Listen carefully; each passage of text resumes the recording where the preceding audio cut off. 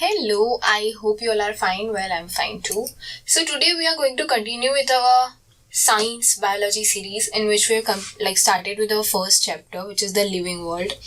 And up till now we have completed this taxons like species, genus, family, order, right? Class, phylum. And now today we are going to talk about our last and seventh taxon, which is called as kingdom, also the largest taxon, right? And who have the less similarities, okay? Like in compared to all of the six, kingdom has the least similarities between the living beings they have in different kingdoms, right? So when I say kingdom, what is the first thing come to your mind? So see, each word has their own meaning. I have always told you that you have to focus on words. Like they might help you very much. So here it is kingdom. King. Like what or whom you are going to call king. So whoever is who has the highest authority in for example, so and so person is a king of this country. Okay, so that person is going to have a highest authority, and all the other people or all the other, for example, there is a country kingdom. Okay, wait, let me just tell you. Okay, see, this is a country, for example, India. Okay, and India has this so and so like king. Okay, yeah, king. Of course, India has different states. Yes. Okay, let's just take example of 3 states. Now, each of the states are going to have their own king too, na? Right? Okay. But, okay. So, all of these people of this particular state are going to come under this king. Of course, here and here. But all of these 3 kings comes under this king. Okay. So, of course, this king is going to have the highest authority, right? Now, what is the case here? The case here is kind of similar that this kingdom, okay, can you see? It is the largest one and has the highest authority on what basis?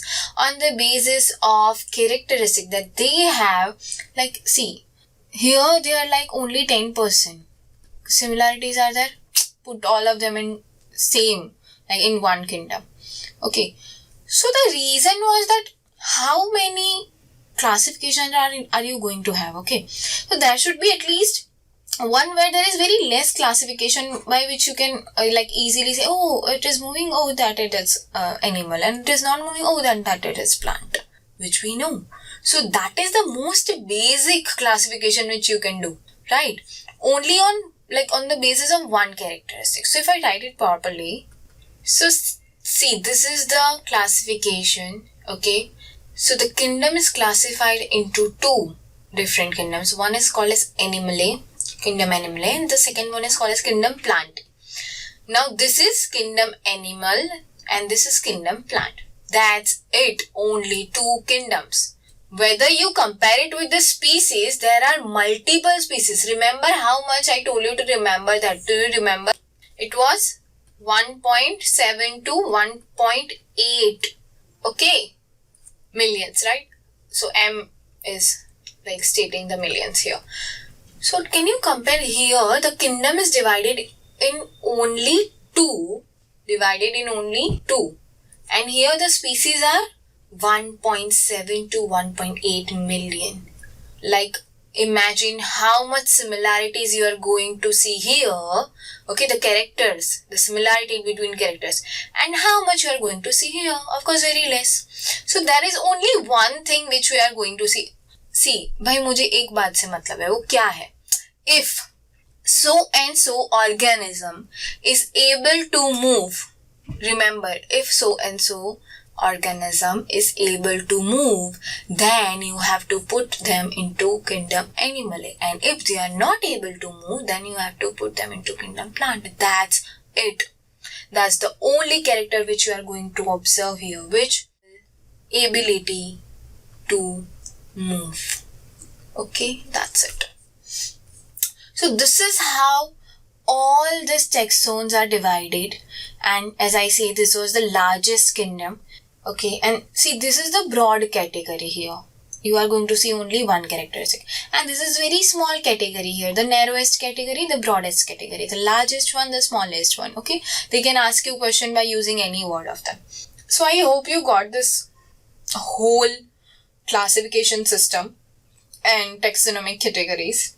See, all the subdivisions are there, right? You know this now, that there are kingdom. Even in species there were subspecies. Remember, I told you example of a Leo, that there were 2 subspecies of that species. So that divisions are going to happen after that by like seeing many like in detail characteristics. But this was the most common taxons which we have to study. So I hope you got the lecture, and this was all about the taxonomic categories here. Of course, next we are going to see more about some like how the animals are divided, how plants are divided, how we keep them. So all of these things we are going to see in our next lecture. Now let's talk about the example here. I told you that I'll let you know about the Homo sapiens example. We've already talked about Homo sapiens, the genus, the family and the order. Okay, we already talked about up till here now. Now further we are going to talk about mammals, chordates and animal. That how we as a human, we are in animal, right? We are animal too. How we like reach out up to like this Homo sapiens. Clear? Okay. So this is the whole, you can say, taxonomic categories which we are going to see like our example. In your textbook there is also example of Homo sapiens, so one example is clear here. Other than that, there are 3 examples. One is of mango, one is of insect. Okay, we are going to see that too. So let's just clear about Homo sapiens here. We've already talked about it up to like order. Still I'm going to repeat it. Okay, so Homo sapiens, see, all the member of genus Homo with high forehead and thick skull bone. We do have this, yes. So all of us are going to have the species called as sapiens. Okay.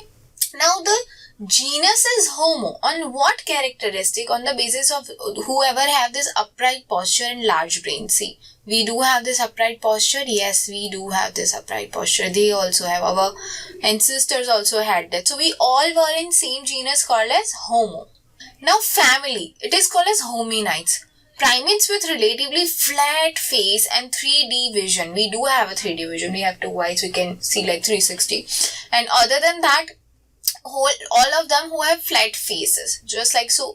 With us and our ancestor, now there is an inclusion of gorillas, okay, chimpanzees. We all have flat faces. Yes. So this all are hominids. We are like one family. So when they say that, okay, you and the gorillas or the monkeys are from same family, they were not lying. They were right actually.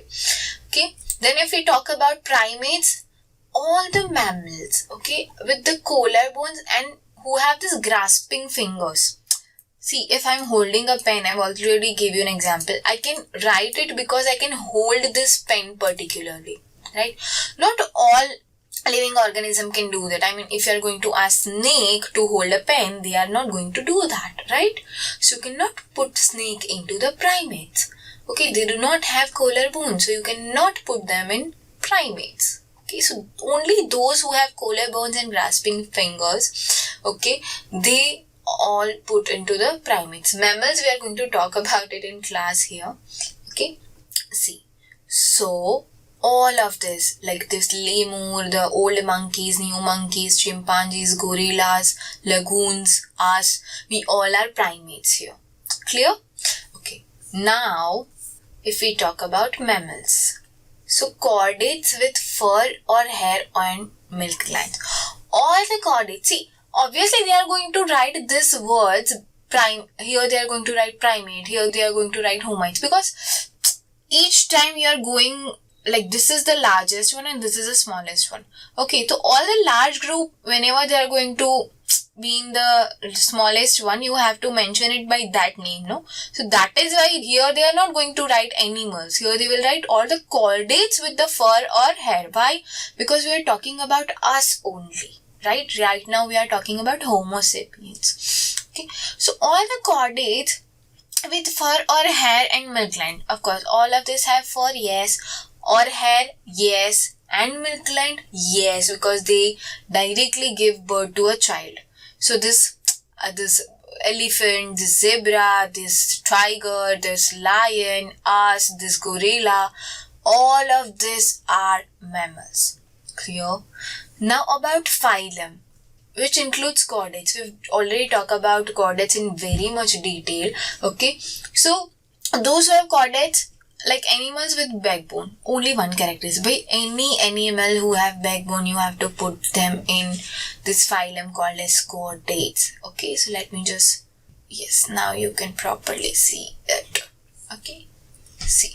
So all of these are chordates. See, these are mammals, yes, as the kung fu, right? But the birds also have backbones. Reptiles also have backbone, though even a bony or cartilaginous one. Amphibians also have that. This fish also have this dorsal nervous system and backbones. And that is why all of us, either you take in like fishes, amphibians, reptiles, birds and us, we all different classes come together in same phylum called as chordates.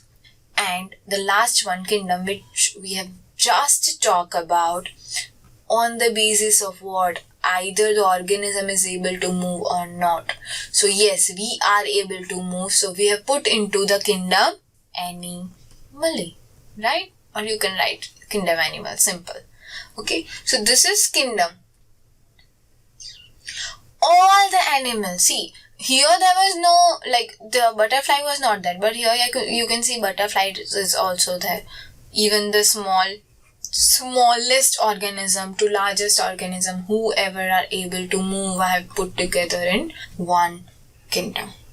Clear? So this is the example. I have give you this example because you can remember it more by yourself. Right? How? Because you're talking about you here, the Homo sapiens, us. Right? So I hope you get the lecture.